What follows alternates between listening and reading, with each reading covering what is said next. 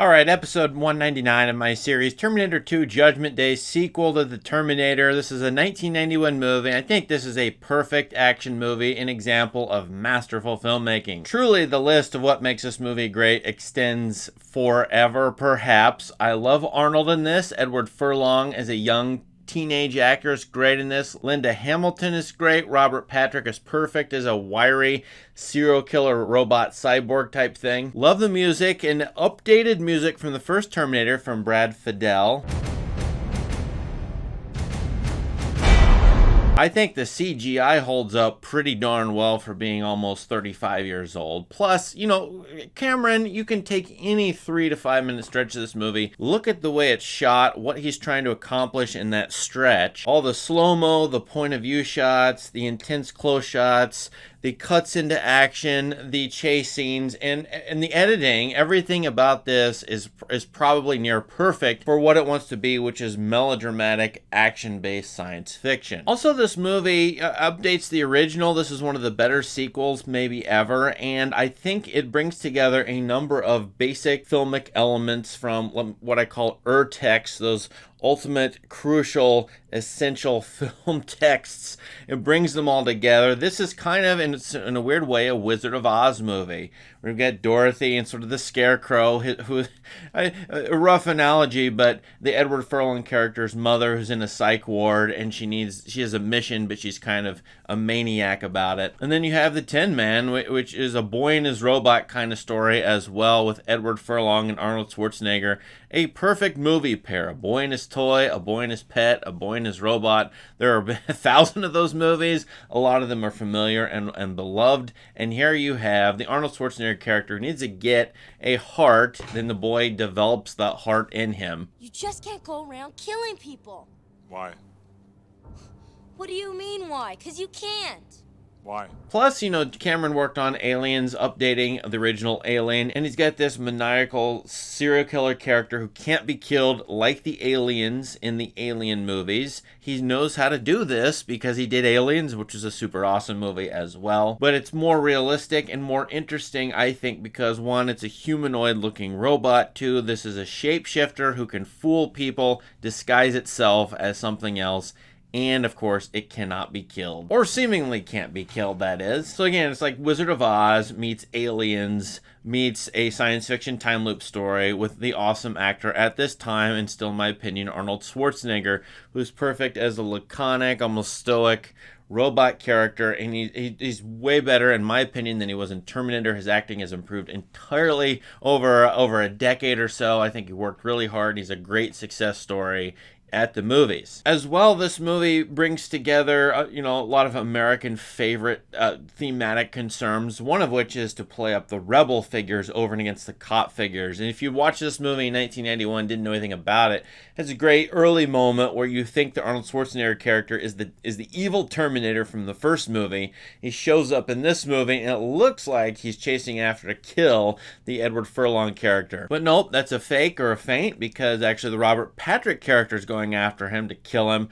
but he's given a cop uniform. He looks like he's part of the law in something that looks like Psycho, the character out of Psycho, for example, who's not a bad guy, just saying he looks evil or demented in his own way by his look. And so, as I'm saying, in the American tradition, in some cases, like Star Wars, for example, a la the American Revolution, the bad guys are the cops, who are the tyrants chasing after the good guys, who are the rebel figures wearing leather jackets and riding motorcycles. The Linda Hamilton character is supposedly demented, but she's part of a hideous psych ward. And then Edward Furlong character is a classic Gen X character who, in the last 10 years, 15 years even, but 10 in movies, there have been a great number of very good movies with characters like this. Keanu Reeves, if you were younger, could have played this character, for example. And so out of The Breakfast Club, out of River's Edge, and a bunch of our fare like this, you get this character, and Cameron's really been set up. He's combining all these things. Let's bring them all together. Wizard of Oz, Aliens, The Breakfast Club, and on and on and on. So this movie gets them together in this nice, tight action movie, which really ultimately in a lot of ways is a silent movie. As Arnold says, hardly any lines except cool one-liners. The Robert Patrick character barely talks. There's a lot of silent slow-mo in this movie.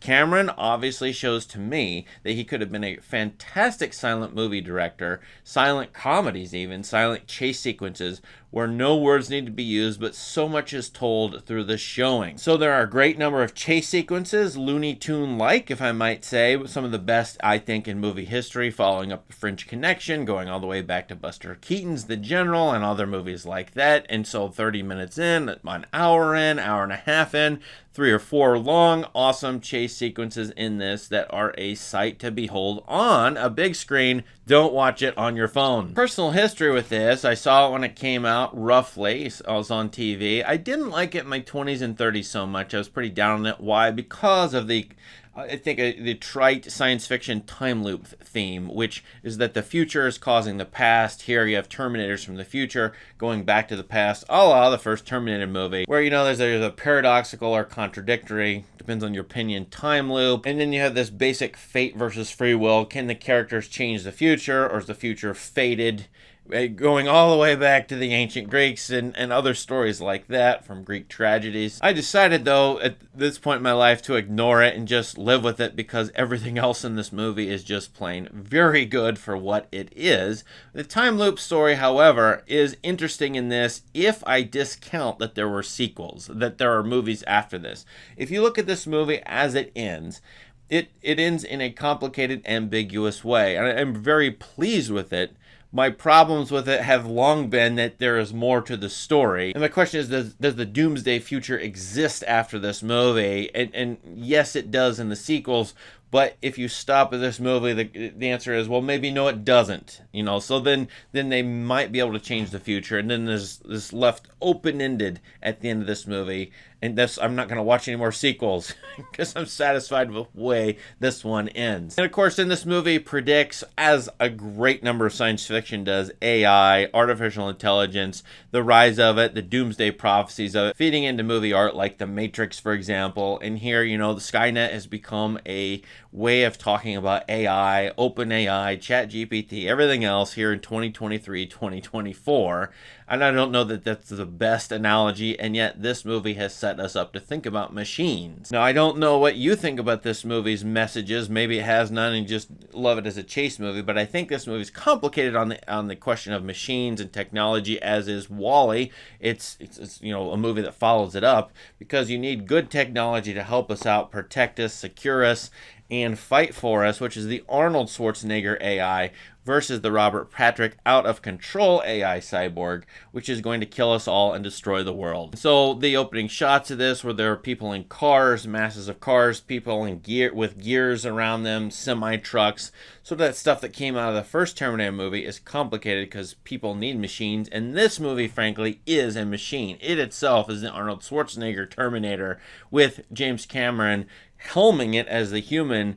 I would liken that Furlong Schwarzenegger relationship in this movie to the Cameron machine-like CGI stuff in this movie. The human able to control and hone what the technology can do and make something great occur out of it. So overall, this movie is extremely well made, well acted. It holds up. It has some interesting ideas in it. It brings together a bunch of different kinds of movie genres, classic themes, basic movie visuals, chase sequences, and on and on. I think this movie, honestly, if I were to give you a top 20 list of movies you should watch in order to understand what a movie is, I probably would put this one on there. Now, what do you think of Terminator 2 Judgment Day? I didn't even bring up the fact that it's Judgment Day, and this is a long American problem tradition as well, going back to the Puritans of worrying about Judgment Day and trying to either make it come about and predict it, or to stave it off, and to worry about it and warn about it. This is a 400 to 500 year long deal for us Americans. So here we are again with this movie. What do you think about it? Its relationship to Terminator? Anything else said in this video? Anything else you got in your mind? Let us know in the comments.